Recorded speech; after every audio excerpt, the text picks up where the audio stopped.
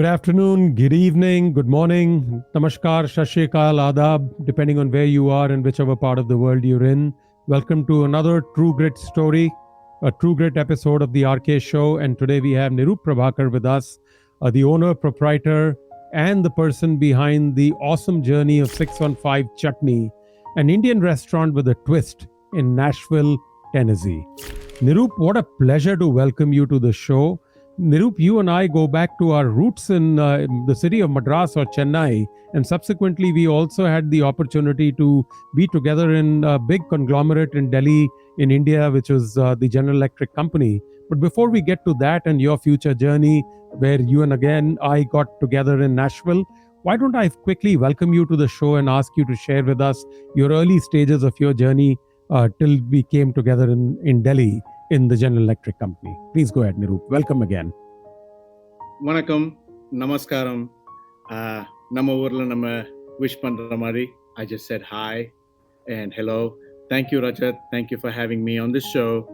It's been an honor. And like I said, it was an unexpected journey from the streets of Madras, which is Chennai right now, to Delhi and off to Nashville and Tennessee. And, you know, the way we met, it was unexpected too, totally. So everything started with the need for hospitality.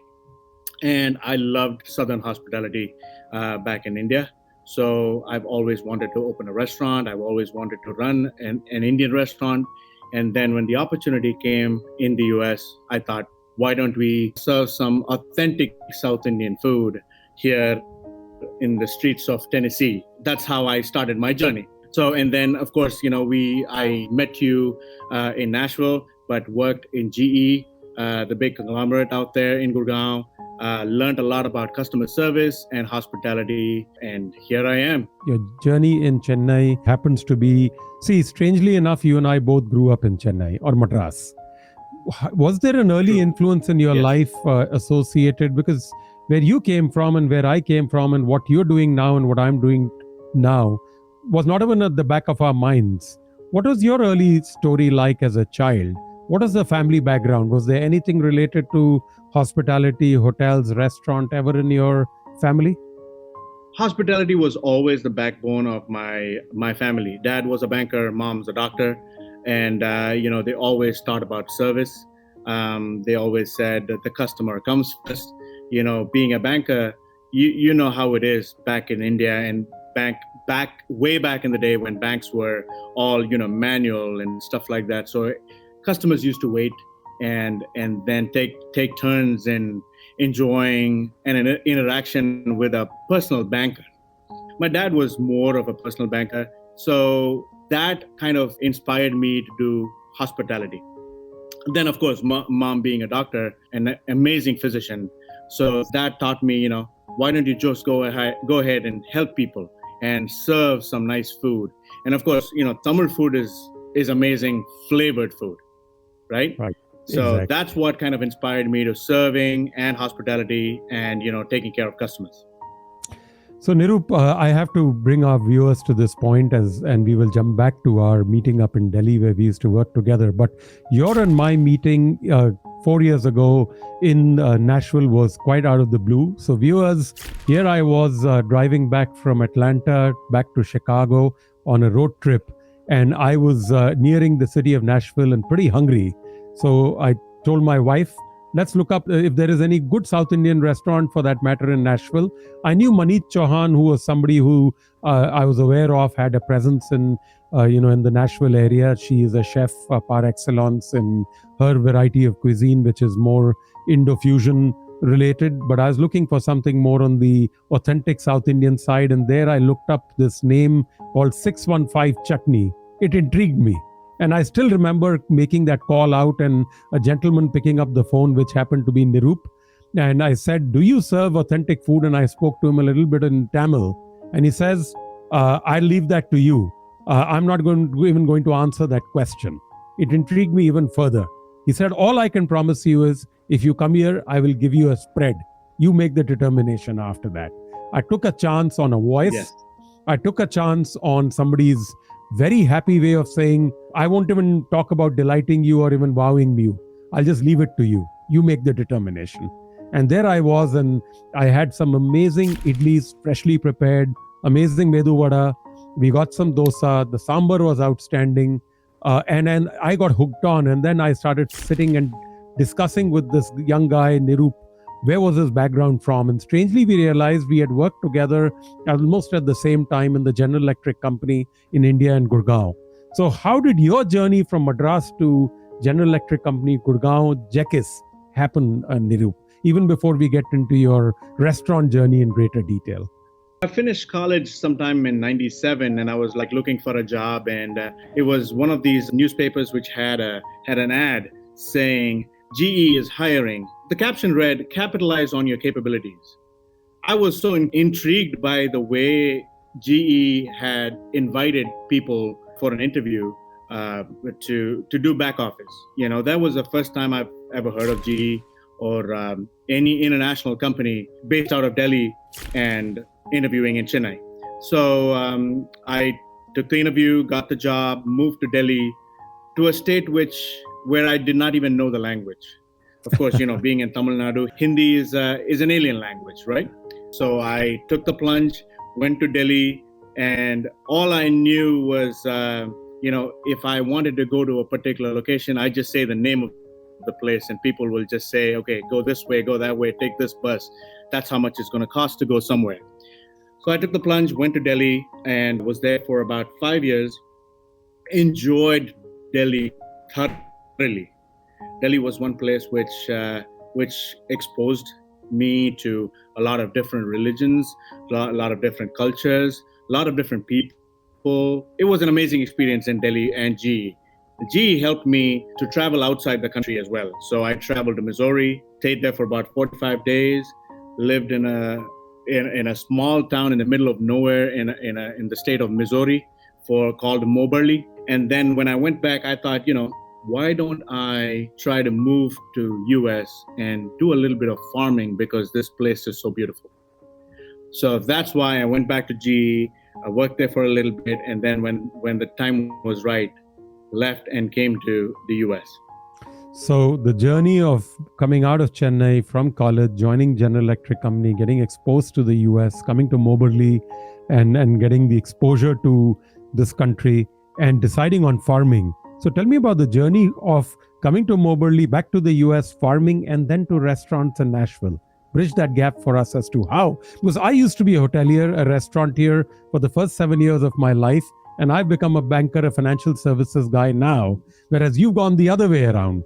You started off really with core banking and what have you, and now you're a restaurateur. Our lives, though starting from the same place, which is Madras or Chennai, kind of converged and then went away in exactly opposite paths. I to more of financial services and banking fully, you from banking and financial services into where I started, which was restaurants. So our lives have gone literally right in the different opposite directions. In the opposite direction. So tell me about that journey. Tell me about that journey. So when I went back to India, I was very intrigued by the way it was green in Missouri. Everything was so fresh, fruits and vegetables, everything was available. So, and then when I got an opportunity to move to the US, I decided, okay, I had a dream of opening a restaurant since I was in sixth grade.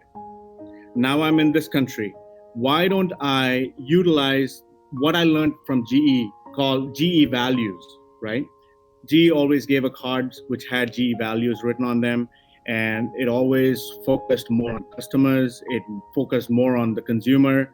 It's always like go the extra mile, stretch targets, and quality before quantity. All these things were constantly going at the back of my mind. And then when I went back to India and I was like, okay, this is the right time to move to the US. Let's move to US and start off with a little bit of farming. So I kind of moved from New York slowly into Nashville, Tennessee, because of the job opportunities that were available at that time. This was sometime in the 2008-2009 time period where the financial services industry was taking a big hit during the recession. So that kind of moved me away from, an office job or a corporate job. And I said, okay, what is more sustainable? I understand finances will be sustainable, or it is a sustaining industry, but at the same time, everybody needs food. So I slowly moved from New York and I worked my way towards Nashville, which where I am right now. And then Nashville kind of opened up this entire new world of farming. So everybody at home was doing their own gardens, they had their own fruits, they had their own vegetables. So I started off by doing eggplant. These are the two things that I did from a friend of mine who was a maintenance supervisor in one of the hotels. And eggplant and okra, by the way. Eggplant and okra. Very, very critical for the sambar, because you cannot have a good sambar without having the vendika or without having the katrika. So the Vendakai or the katrika. Correct. There you go. So you worked out the essential ingredients of the sambar into your farming initiative right from the beginning. Exactly. And then now with 615 Chutney under my belt, I mean, the two major vegetarian dishes that we sell are eggplant and okra. That was pretty much, the way I moved from farming. And then I thought, okay, fine. Everybody was like trying to do a farm to table, do a novel idea. And then you bring South Indian cuisine. It's something which is not available in Nashville, because South Indian cuisine primarily are curries which are either gluten-free or vegan. So we don't add dairy to mellow down the spice. It's direct spice. So even if you did a mild, it's going to have a little bit of a sting or a kick to it. Right. So that's when, when you get a team of wonderful chefs that you work under or work with, and they work under you, this is how, you're able to serve your own cuisine and then help consumers, enjoy food where there are layers of flavor rather than one flat, oh, it's spicy, or it's sweet, or Absolutely. It's salty. That's how it is. So my first experience of 615 Chutney in its old location, I've gone to both locations. Your old location where I first met you, you had a kitchen garden at the back. That kitchen garden was where you were, I don't even want to call it a kitchen garden. I want to call it herboponics, because you were actually growing things in the open yard that you had at the back of your restaurant, which was actually a older house that you had converted into a restaurant, if I'm not mistaken. I've been to that location a couple of times. You were growing your own raw ingredients, the critical ones, and the taste of the vendakai and the katrikai, which was not only a part of the sambar, but also an essential vegetarian dish that you were serving, was outstanding. But you've also gone beyond the vegetarian side to incorporating the spicier aspects of Chettinad cuisine in your menu items in 615. Do you draw any roots from that part where you've picked up the non-vegetarian elements, or what's the inspiration behind the non-vegetarian elements on your menu? What's the inspiration? Well, being from Tamil Nadu, we are exposed to Chettinad curry only. So Chettinad curry is like entirely either onion-based or tomato-based. And then you have these curry leaves, the flavors of curry leaves, the tadka of your dry red chilies, and extensive use of turmeric. So Chettinad cuisine is very authentic to the South Indian subcontinent. And at the same time, it is a cuisine where there is no artificial food coloring involved in that. So it's either turmeric or dry red chilies or green chilies to add the heat. So this is pretty much what I enjoyed. And then, eating out in places here in Nashville, plus, all the way from New York to Nashville. I haven't moved further away or haven't visited anything in the West yet. But traveling from New York to Nashville, it was all one flavor profile that I've seen. So you'll have all the curries which either look alike or taste the same. So that was what made me think that, okay, fine, why don't we bring Chettinad cuisine into Tennessee? Here's one thing I wanted to just touch upon before we move forward. So TN, I am from Tamil Nadu. TN stands for Tennessee as well. And chutney, being a dipping sauce, is the only word in the Indian food dictionary which has TN in it. So that is pretty much how the entire thing of 615 Chutney started. So when I thought about TN and you mix Southern hospitality, South Indian cuisine, everything was, I just felt it was a divine connection, and everything was intertwined. There was some kind of a weave that things fell in place. South Indian cuisine came up. And then when I introduced South Indian cuisine, we remember the old location that we were talking about. We were doing just 4 spice levels, saying, okay, this is the very basic spice levels that we're going to serve. We're not going to confuse our consumers. We're not going to confuse them by saying, hey, in between mild and medium. There's no level called mild, between mild and medium. So I kind of kept it as 4 spice levels, and then we moved forward. So Chettinad cuisine, it was easier for me to do mild, medium, spicy, and native. Oh, beautiful, beautiful. I can guarantee the authenticity of 615 Chutney because subsequently I had come back another year in the middle to play golf in the middle of winter. It was in the month of February. Right. And we had played golf in the morning in one of the golf courses. And not only were we hungry, but we were very cold. It was still in the month of February. And I said, let's go to 615. Took all the guys who were playing golf with me and we came to dine with you. And you gave us the spiciest, amazing combination of the Chettinad inspired curries, as well as the dosas, as well as the sambar, the idlis that had come together. And we left warmed and happy. Even the non-South Indian exposed people that were with me left licking their fingers. And I so vouch for 615 Chutney in the city of Nashville in Tennessee as a place to go ahead and revive the warmth in your heart if you don't have any, or if you are feeling cold. The way to kind of, enliven yourself is to go to 615 Chutney.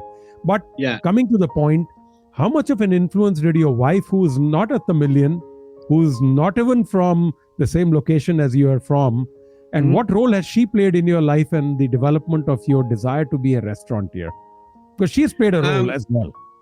She has played a role. She's played a very significant role in the restaurant. She comes and helps me out every now and then when we get very busy. But she loves South Indian food.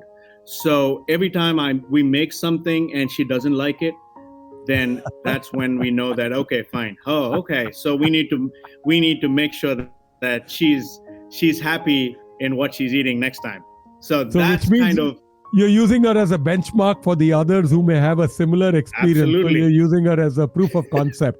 Literally, you're using her as a proof of concept. It's like what GE says. It's the VOC and the VOE.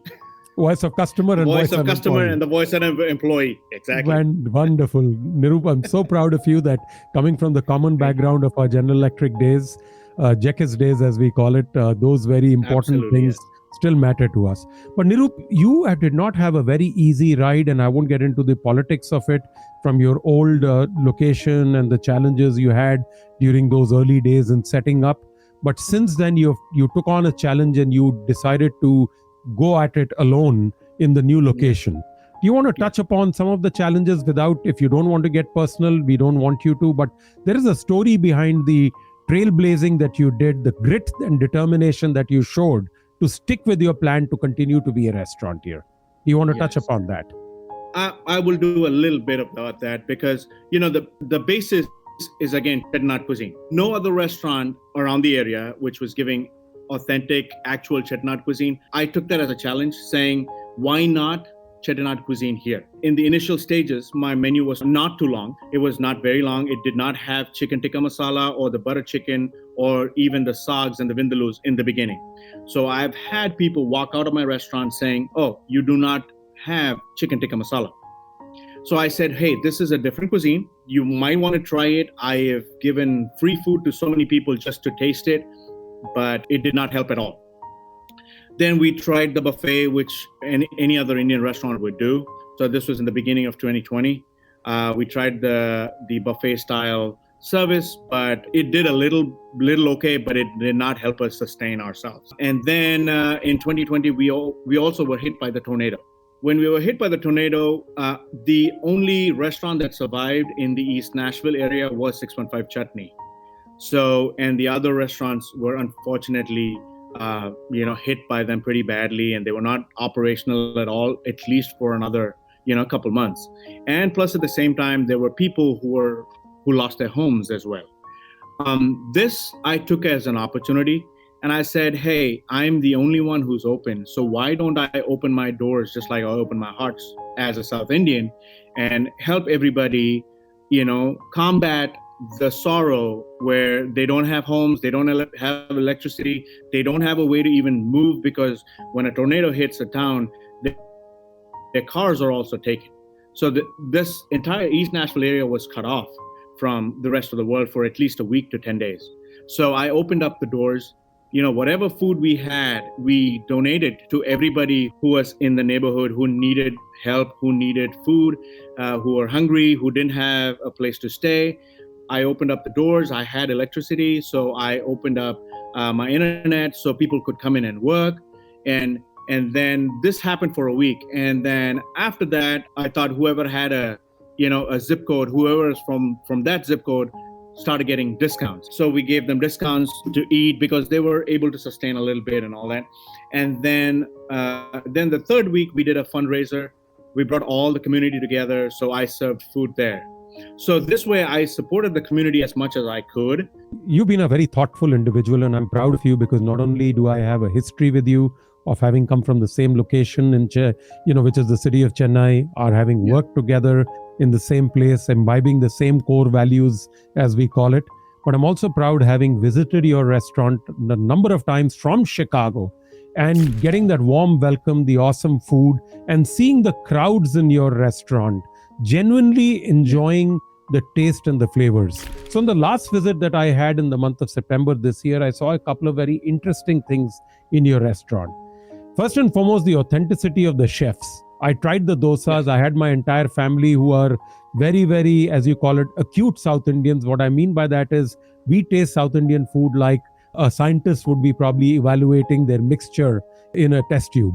And you came out to be absolutely on the mark when it came to the dosa, the texture, the flavor, the softness, the kind of, the masala that you gave us along with it, etc., etc. So the chefs played a very good role, and so we took some videos which we'll be sharing on our post here of the making of the dosa and the sambar and a curry. But you were using technology as well, and if I'm not mistaken, I see that technology inspired robo right behind you. What does that individual do? Because I've experienced it. Tell our viewers what exactly is that contraption behind you and what does it do? So this guy, his name is Singham. Singham. So Singham, with the pandemic, everybody was having the same issues where there were shortage of staff. Nobody was coming to work. Nobody was willing to work. So I was inspired by a lot of these sushi trains and the Asian restaurants in Japan and China. They had robots delivering food. There's a train. You have sushi, which is going on the train constantly. And at the same time, inspired by artificial intelligence that was being developed here in this country. So when I mixed it together, I thought, why don't I just bring a robot and all I need is a food runner. So this bad boy is an amazing guy who has helped us so efficient and effective that he goes and delivers food to tables. And he also has this face where he interacts with people. So kids love it. Okay. And it goes from point A to point B and comes back to where the docking station is. So it is like a food coming to you without a person, but it's still headed your way. Contactless service, which was essential in the COVID times, that you had no human being touching the food during the transportation process or the delivery of the food process. Right. I was very pleasantly happy to get my beautifully made dosa just the way I wanted it, brought to me with an individual such as Singham delivering it to me at my table. So did you kind of have to program it in order for it to be able to understand the table? How did you visualize how this was going to work in the layout of your restaurant? How did you make that work? This one is a pretty huge restaurant, so we tried different techniques of, setting servers to one side of the room. One server takes care of one set of tables, but it was just overwhelming for us. But this guy got trained. It was more like a GPS setting. So it goes to every table. We have to program it. It took about 45 minutes to program this guy. He goes to every table, announces himself saying that, hey, I am at your table. Your food is ready. And each tray, there are 4 trays out here, so each tray will light up, telling the customer that is the particular tray that they need to take the food from. Outstanding. Outstanding. Thank you. It was such a beautiful blend of, as I call it, hospitality with technology. What a beautiful blend, and I experienced it firsthand myself. Niroop, this has, of course, been a game changer, but I think there's been another game changer. You are a proud Indian and a proud American. If you were to just Yes. move your face a little bit towards the other side, I see an American flag and I see an Indian flag behind you on a stage. I have been on that stage and I see a seat over there where I've seen somebody sit and do something on that stage. What do they do, Niroop? And what has been that idea in your mind at 615 Chutney, which has picked off in a beautiful way in the city of Nashville? What is that idea? Nashville is also called Music City. If you've been to Nashville or if you've been to Broadway, is the place where all the bars are. And, Nashville is the home for about 1,400 recording studios in a 2-block radius. I was born in a Christian family, so I was exposed to music because I used to sing in church. So Gospel singing? You know how to do gospel singing, Niroop? I sang in the choir until my voice broke. So I used to sing soprano, which means I was like way too small when I did that. So my dad was a chorister who sang in the choir, and he also was a conductor of a musical quartet. So that inspired me to bring music into an Indian restaurant. Then I thought, Nashville being the home of country music, this as an Indian restaurant, I thought I can bring music in here as well. But I didn't know whether country music will do well here or not. So with my exposure to the music way back in the day, I had one of my dad's brothers who always used to listen to Simon and Garfunkel and the Beatles. So these are the music groups that I've got exposed to. So he always used to inspire me to sing one song, which is The Bridge Over Troubled Waters, most of the Sundays. Can you give me a line from A Bridge Over Troubled Waters by Simon and Garfunkel? I can sing another Simon and Garfunkel song. Sound of Silence? Yes, later down the show. Okay. I was not expecting that at the moment. Hey, I align with Simon and Garfunkel myself quite a bit. Whether it's A Bridge Over Troubled Waters, whether it is Sounds of Silence. Sound of Silence is one of the best songs that I've always loved to sing. Hello, Darkness, my old friend. I will definitely sing for you.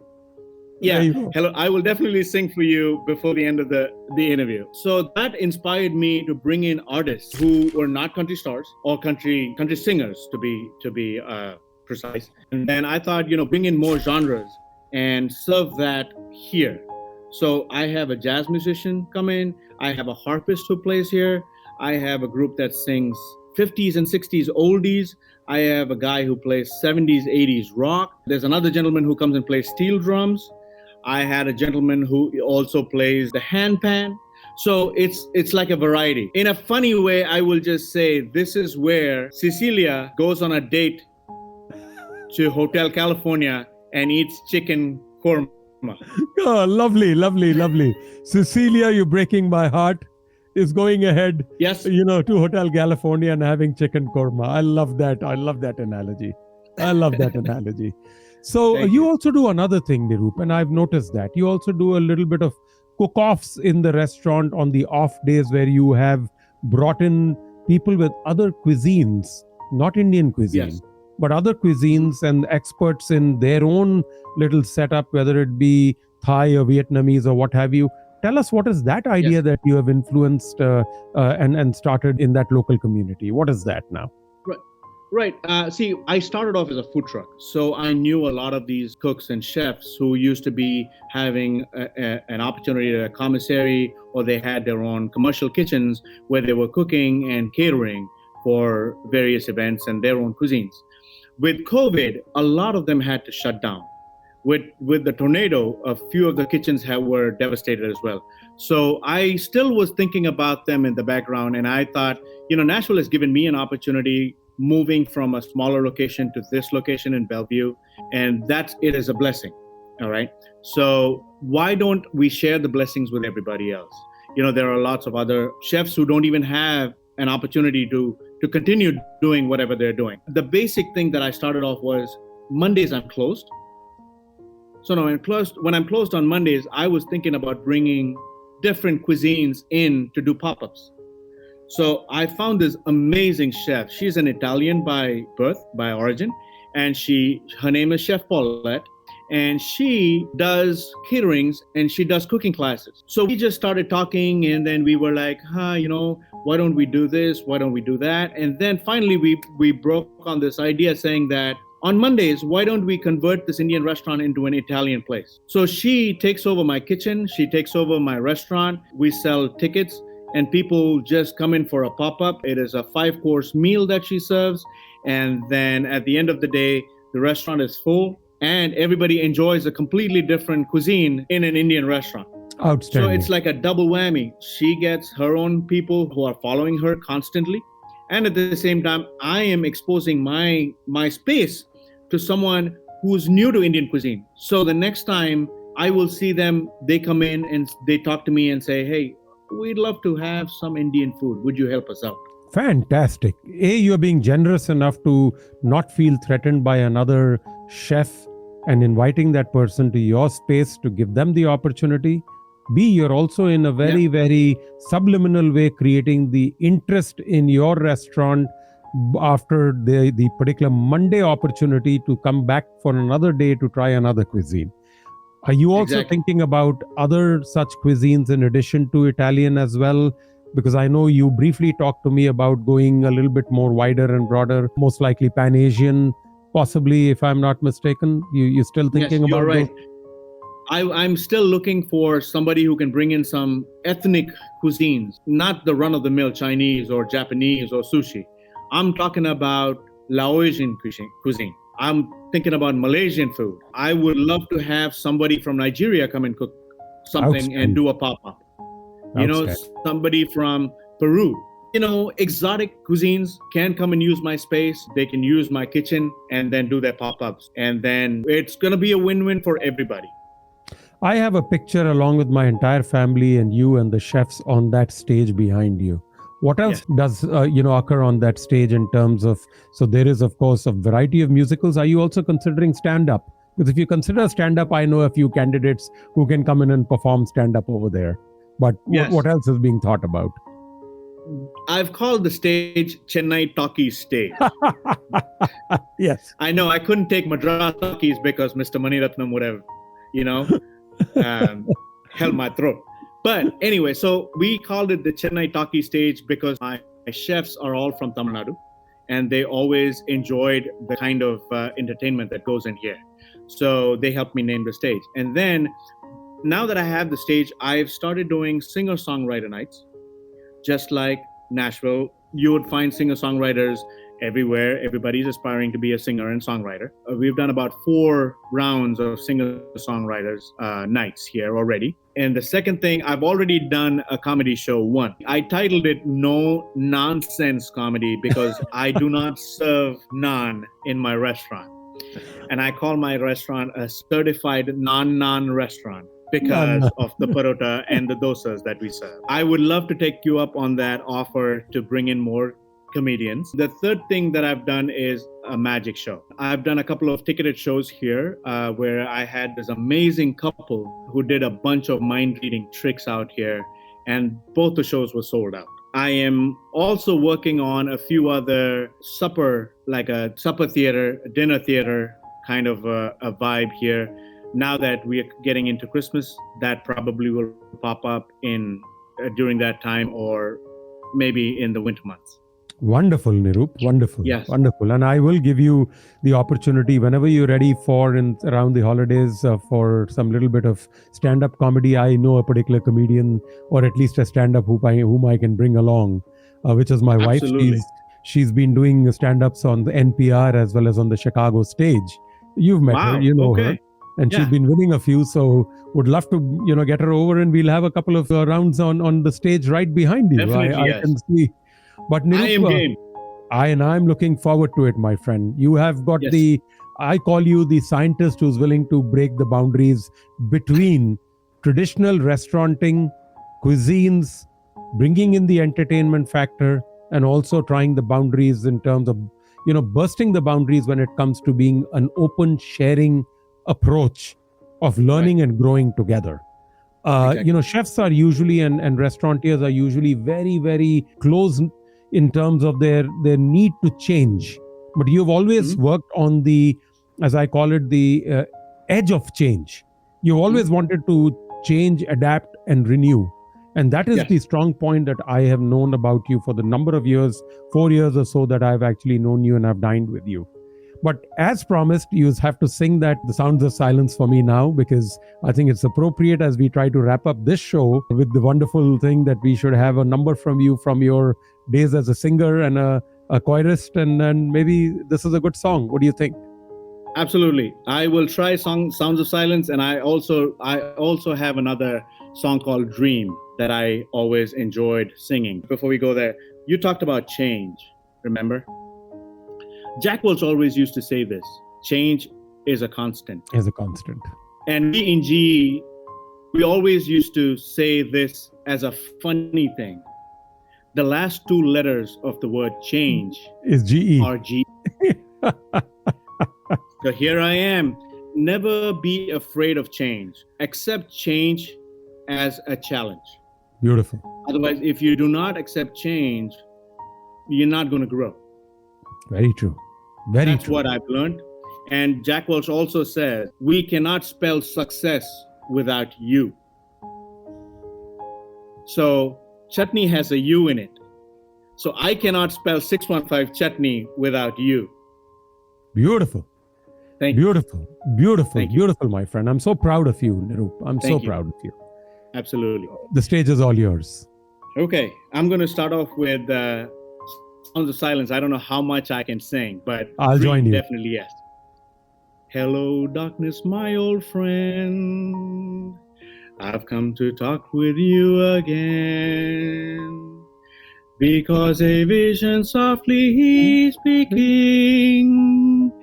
And my eyes Left its seeds. listening. Left its See, seeds I don't while know. I was sleeping. And the visions that were planted in my brain still remains within the songs of silence. Good. Yeah, and then the Dream is the best song that I've always loved to sing. Dream, dream, dream, dream, dream. Dream, dream, dream when I want you. In my arms when I want you. And all your charms whenever I want you. All I have to do is dream. Dream, dream, dream, dream. Beautiful. Yeah, thank you. Niroop, thank you. And so, I'm so delighted we got this chance to catch up. I will Thank you. again reiterate the fact that if there is authentic Tamilian, Chettinad, South Indian cuisine in the southern, part of the United States of America, in the, central to eastern seaboard, there's nothing better than 615 Chutney. Coming from Thank a you guy so who much. has grown up in Chennai, coming from a guy who loves Tamilian Tambram food or Chettinad food from the very, very bottom of my heart. It's been a soul-satisfying experience dining at 615 Chutney. I may have had the advantage of knowing you and getting the chefs to do the best of it, but I think nobody gets treated any differently than I do get treated at your restaurant. The food is the same. It's a constant. And we will post the videos as well as a part of our show here of the making of the dosa, the sambar, and a curry or two that we captured when I was there. I am personally delighted for your time today. I want to take this opportunity along with my team to wish you all the very best. And I hope greater success to Singham, to your chef team, to your restaurant, and to you personally, Niroop, for even bigger growth. I know you're looking at also a takeout restaurant. You were planning for it to come up anytime soon now. Yes. How is that takeaway restaurant progressing and where are we with that now? It is going slow. We are hoping it'll pick up pretty soon. Wonderful. Give us the good news. And I hope to come and visit you again. And let me know when you're ready. We'll come down and do some comedy as well with you. And we will also enjoy the good food with you at 615 Chutney. TN stands for Tennessee. TN stands for Tamil Nadu.